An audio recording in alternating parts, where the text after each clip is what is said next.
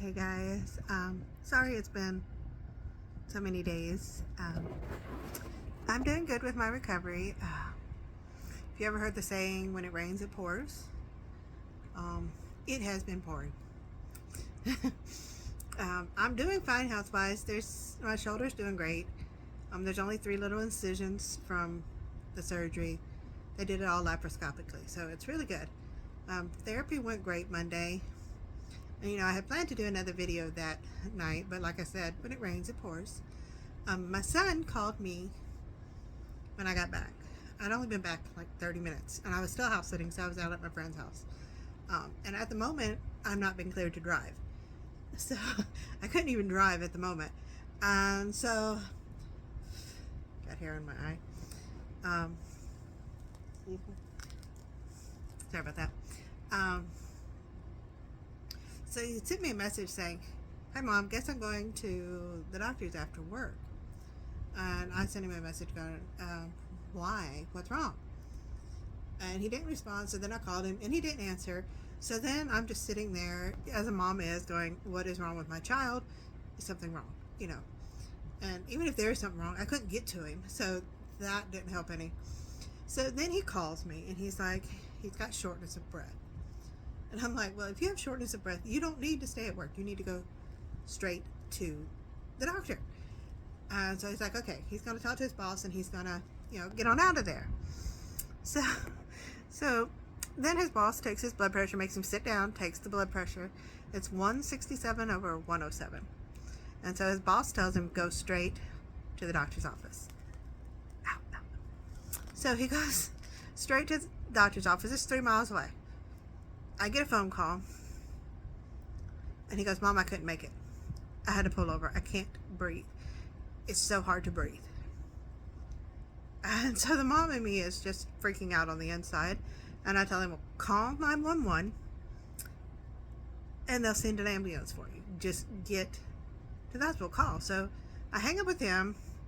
First thing I do is I call my mama. I say, "Mom, this is going on." And she's like, "Okay, we'll pray." And so then I call my big sister, because she's the closest to my friend's house. And I say, "Come get me. He's got shortness of breath. He can't breathe. He couldn't even make it to the doctor." And at this time, I am already tired from the surgery, but now I can't get to my child. And the feeling of helplessness was terrible. I had no control over the situation. I was terrible mentally and emotionally. Sorry, I keep getting the hair blowing. Maybe I have a fan blowing.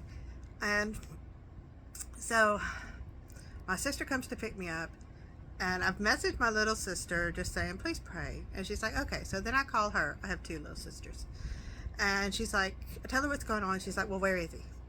And I say, "He's at this place." And she's like, "I'm about to pass that. I'll call you back."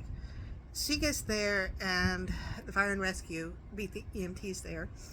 And she's like, "They just got here." She's like, "I'm going to follow him to the hospital, and I'll stay there with him until you get there." And she had her 2 girls with her. They had just finished dance class. And so she's heading there with the girls, and I'm heading there. She's going to get there because she's following the ambulance. She's one of those aunties. She knows how to floor and fly. So then my son had called his dad to see if he would meet him at the urgent care, because he didn't want to be there by himself. And he knew I couldn't drive unless I had a ride.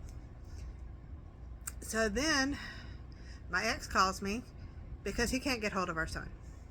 So then I have to tell my ex what's going on with our son. And he's like, "What the, And he's like, "Well, I'll see you at the emergency room." And so he's speeding to the emergency room. And he was like, when I get there, he's sitting there with our son. I finally get there. My older sister drops me off. They go and get his truck and take it back to my little sister's place. But I'm just like, my son is sitting in a wheelchair, and he looks terrible. And then my ex says, when he got there, my son's lips were a little blue. And I'm like, oh my goodness. The feeling of helplessness when you cannot do anything to help your child is extremely scary and terrifying. And then we were sitting there, and his chest is hurting, And they take him and they do x-rays, and they've checked his lungs, they've checked his heart, everything is good. And we wait hours, they do blood work, and we were there for like 7 hours in the emergency room. My son has a sense of humor. He is sitting there and he just all of a sudden goes, "My bum is numb, Mom. I can't feel my bum. I have sat here so long, it has gone numb." And I just look at him like, "Did you really?" And I just laugh because I'm like, here it is. He's saying he can't get a good deep breath because it hurts, and he's cracking jokes about a numb bum. But yeah, so it poured. And so we finally get out Tuesday morning, and we get back to my friend's house because I still have to house sit. She doesn't come back till Wednesday. And I've got him in a recliner. I'm in her other recliner because I can't sleep in the bed yet because of my arm. But I don't sleep anyway because I'm too worried about my son. So I basically sit up all night watching my adult son sleep. Because the mom and me was totally helpless and had no control over the situation. So yeah, I know it's a long video. I'm sorry. But I got to get it out because I've been holding it in. And this is therapeutic. And so that's how my Tuesday went. So I was really exhausted. But, I mean, I'm very thankful he's okay. It turned out to be costochondritis, which is inflammation of the chest muscles and back muscles. And something he did made those muscles inflamed. So he's doing much better now. But I had such a terrible night on Tuesday. Monday night to Tuesday. And then Tuesday I was just running on fumes. And I was already so tired. And then Wednesday comes around and I had therapy again. And I was so overwhelmed. And then yesterday, I just hit a breaking point. Everything piled up. Sorry. Ouch, ouch, ouch. Don't move your arm. Everything was piling up emotionally. I was exhausted. Mentally, I was exhausted. Physically, I was exhausted. And I felt like everything was out of my control. There was nothing I could control in this situation. And I was grasping at straws, and I completely fell off the wagon. I had my comfort carbs, and I felt terrible after eating all of them, but I had my Cheez-Its. I had a sandwich. If it was carby, I ate it. I ate nothing healthy at all yesterday. And I had soda, and I had coffee. And it's just like, I was so overwhelmed. I haven't had downtime to deal with any of it.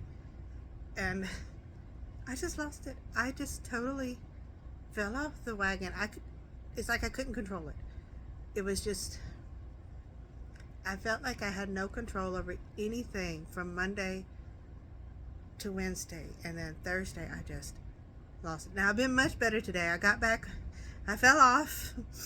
I got up, dusted myself off, and I got back on track today. And I have not exercised today. I did go to the doctor's office today because I had an appointment. So they took the stitches out today, which is good. But it has been a roller coaster. And I should have stopped and dealt with things, but I didn't feel like I could. That it just pushed me over the edge, and I couldn't let go of the feeling of not having control. And I realized I have to be in control. When I don't have control of the situation, I feel helpless. And I know there's things in my life that have caused this issue, and it made me realize that I still have a lot to deal with from my past that causes this. So it's another thing, that came up that I thought I had dealt with, but I didn't. And the feeling of not being able to do anything is not good. So, yeah, I've had a good cry. I had a binge on carbs, which was not good. But I might get knocked down, but I'm always going to get back up. I am not going to stay down. So, today was much better, and I am determined to have a wonderful weekend, and I am going to see the good in it, and I'm going to focus on dealing with things and not getting to that point again, and I'm going to stay on the wagon, get right back on track. But I hope y'all had a better week than I did, but I hope that we all have a wonderful weekend, and I'll check back in with y'all tomorrow.